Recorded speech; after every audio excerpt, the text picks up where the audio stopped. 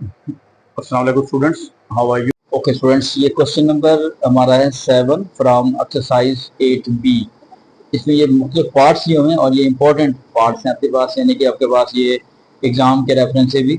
देखिए क्वेश्चन आपके पास first part है 20% of a number is 17, find the number. ठीक है, अब यहाँ पे आप इसको मुख्तलिफ इससे कर सकते हैं। अगर मैं क्वेश्चन नंबर 7 का जैसे ए पार्ट लिख रहा हूँ कि given that 20% of a number, let कर लेते हैं। अगर हम तो जो नंबर हमारे पास है, ठीक है जी, उसको हम, हाँ जी, लेट कर लेते हैं हम, लेट द नंबर। ठीक है जी, जो नंबर हमारे पास है उसको हम एक्स कह देते हैं। इसका मतलब है 20% of x is equal to 17। ठीक है, तो 20% का मतलब क्या होगा, 20 अपॉन 100, ऑफ मतलब होता है मल्टीप्लाई इनटू एक्स। मैं यहाँ पे मल्टीप्लाई का साइन नहीं लगा रहा क्योंकि मल्टीप्लाई और एक्स जो होता है वो पे कंफ्यूज कर रहा होता है। हाँ जी, अगर इसको हम सॉल्व करेंगे, 17 100 को उधर ले जाएं, मल्टीप्लाई बाई 100 डिवाइडेड बाई 20, तो x इज इक्वल टू 21 जार 25 जार और 17 5 जार, दैट विल बी 85। इसका मतलब है कि आपके पास जो एक्चुअल नंबर है, ठीक है जी, एक्चुअल नंबर या डिजायर्ड नंबर दैट इज 85। हाँ ठीक है ना। अब इसकी मैं आपके पास इसको वैसे एक और अंदाज से भी हम इस क्वेश्चन को सॉल्व कर सकते हैं। ये देखिए कहते हैं 20% of number is 17।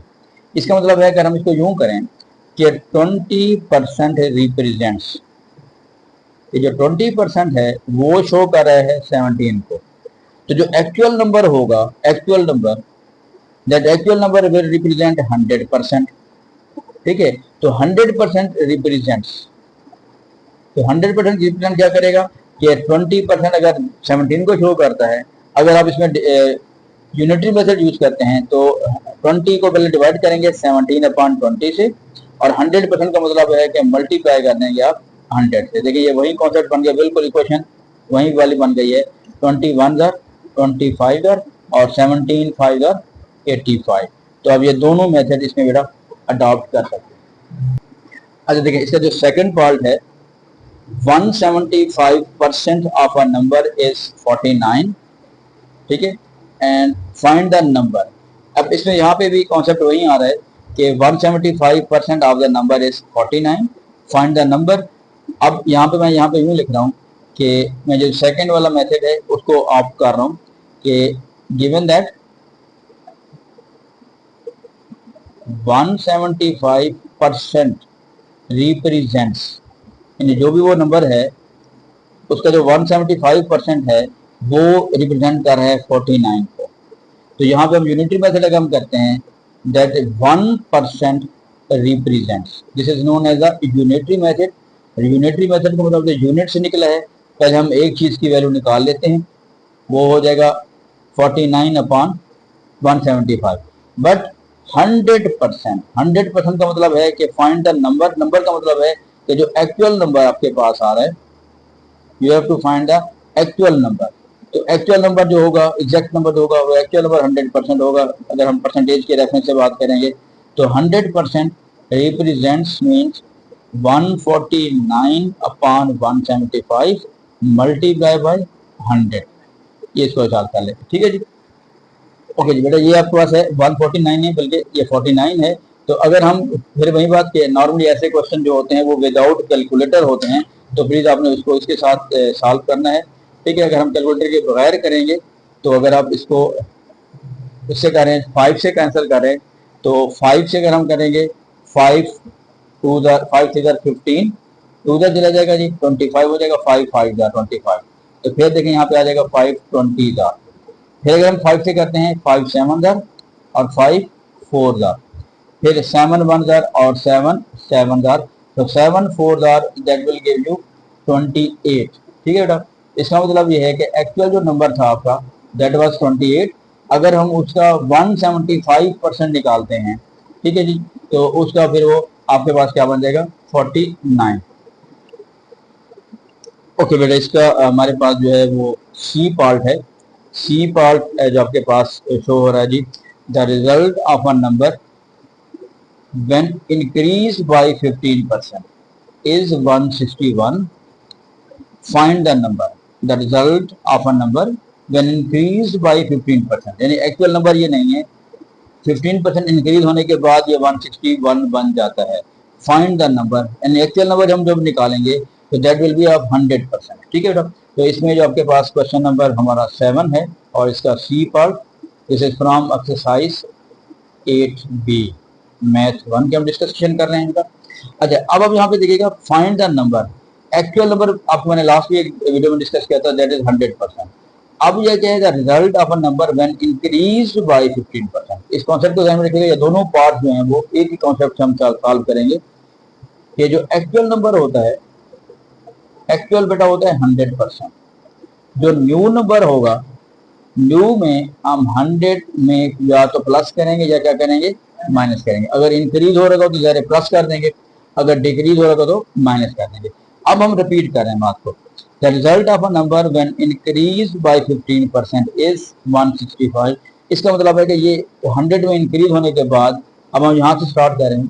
Given that, यानी 100 में 15 ऐड कर देंगे तो दैट विल बी 115% रिप्रेजेंट्स. ठीक है जी. 15% इंक्रीज होने के बाद जो नंबर आपके पास आ रहा है रिप्रेजेंट 161. फाइंड द नंबर, मतलब कि एक्चुअल नंबर हमें निकालना है. तो पहले हम लिखेंगे 1%. रिपीट कर रहा हूँ, this is known as the unitary method. 1% represents 161 upon 115. ठीक है जी. और ये बिल्कुल ऐसे है, ये यूनिटरी मेथड जो हम डिस्कस कर रहे हैं कि जैसे फॉर एग्जाम्पल आपके पास जो है वो अम्मा कहती है जी अंडे ले आओ, एग्स ले आओ आप लोग. ठीक है ना जी. तो आप जाते हैं दुकानदार के पास. अब अम्मा ने कहा था कि 5 एग्स लाने हैं. ठीक है. अब आप शॉपकीपर के पास जाते हैं और वो आप पूछते हैं भाई ये कैसे हैं, तो वो बताता है आपको कि अगर सपोज 300 रुपीज पर डजन है जी. आजकल आपको पता है जरा एग महंगा भी हो रहा होता है. ठीक है जी. 300 रुपीज पर डजन जो आपके पास आ रहा है. ठीक है जी. इसको अगर थोड़ा आसान करने के लिए 360 कर देते हैं. ठीक है, 360 रुपीज पर डजन. लेकिन अब आपने देखना है कि अम्मा ने कितने कहा था, 5 एग लाने के लिए, तो वो कितने के बनेंगे. तो उसका यूनिटरी मेथड ये है कि पहले डजन का मतलब क्या होता है जी, 12. तो पहले 12 से डिवाइड जब करेंगे, 12 3 आर 30. इसका मतलब है एक एग आपका 30 रुपीज का आ रहा है इस अमाउंट के मुताबिक. तो अब आपने 5 एग्स लेने हैं तो आपके लिए आसान हो गया है. 35 आर 150. तो इसका मतलब है ये 5 एग्स जो है वो 150 करेंगे. This is known as the unitary method. तो यहाँ पर भी हम वही बात कर रहे हैं. तो इसको यहाँ से भी कैंसिलेशन कर सकते हैं अगर करना चाहें, लेकिन आगे भी हम जाके कर सकते हैं कि जो एक्चुअल वो पूछ रहा है, एक्चुअल होगा बेटा 100% रिप्रेजेंट्स, तो that will be 161 upon 115 multiply by 100. ठीक है. इसको 100 से मल्टीप्लाई कर देंगे. अब फिर वही बात आपके पास जो है, जब हम इसको 5 से कैंसिल कर रहे हैं तो 5 2 10, यहाँ पे 15 हो जाएगा, 5 3 15.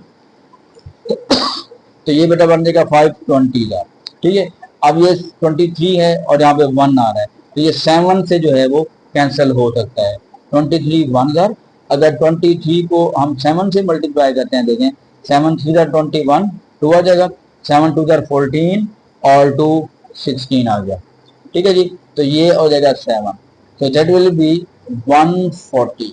इसका मतलब है जो एक्चुअल आपके पास नंबर आ रहा है वो 140 आपके पास आ रहा है. और बेटा क्वेश्चन हमारे पास जो 8 है, the result of a number when decreased bye 20%. ठीक है. पहले पार्ट में उसने इंक्रीज की बात की थी, यहाँ पे अब डिक्रीज की बात हो रही है, तो हमने इसको थोड़ा सा तफसील से डिस्कस कर ली है. तो अब हम बात करते हैं the result of a number when decrease by 20% is 192. तो हम यहाँ पे यूँ कर लेते हैं कि गिवन दैट, अब डिक्रीज का मतलब है कि आप 100 में से 20 को डिक्रीज करेंगे तो दैट विल बी 80% रिप्रेजेंट्स. अब 80% क्या रिप्रेजेंट करता है जी, दैट रिप्रेजेंट 192. वो 192 को जो है वो रिप्रेजेंट कर रहा है. ठीक है जी. 192 को अब हम कहेंगे कि 1% रिप्रेजेंट. अब हमने पूरी इसको डिटेल से डिस्कस कर लिया है पिछले पार्ट में. 192 अपॉन 20 सॉरी अपॉन 80, ठीक है जी, क्योंकि 80 से डिवाइड करेंगे। लेकिन उसने कहा फाइंड द नंबर, इसका मतलब है जो एक्चुअल नंबर होगा, actual number that will be represented by 100%, ठीक है जी। तो 100% रिप्रेजेंट्स, तो जो 100% है जी वो किसको रिप्रेजेंट करेगा, 192 अपॉन 80 मल्टीप्लाई बाय 100, ठीक है। इसको जब मल्टीप्लाई करेंगे 100 से तो देखिए इसका आंसर जो हमारे पास आ रहा है। अच्छा, अगर हम इसको जीरो को जीरो से कैंसिल कर देते हैं और देखें 8 वन दर और 8 टू दर 16, 6 इधर जाएगा 32, 8 फोर दर 32 हो जाएगा। तो 224 ये है बेटा, 10 ये है, इसका मतलब जो इसको मल्टीप्लाई करेंगे that will give you 240। Means के देखिए आप यहाँ पे भी आप देख सकते हैं कि एक्चुअल वैल्यू 240 थी और वो डिक्रीज होने के बाद ज़रा कम हो गई है, ठीक है। वहां पे जो एक्चुअल वैल्यू अगर 140 थी यहाँ पे, और वो इंक्रीज होने के बाद ये हो गई थी, ठीक है जी। तो इसका भी एक कॉन्सेप्ट आपने ध्यान रखना है, ठीक है बेटा।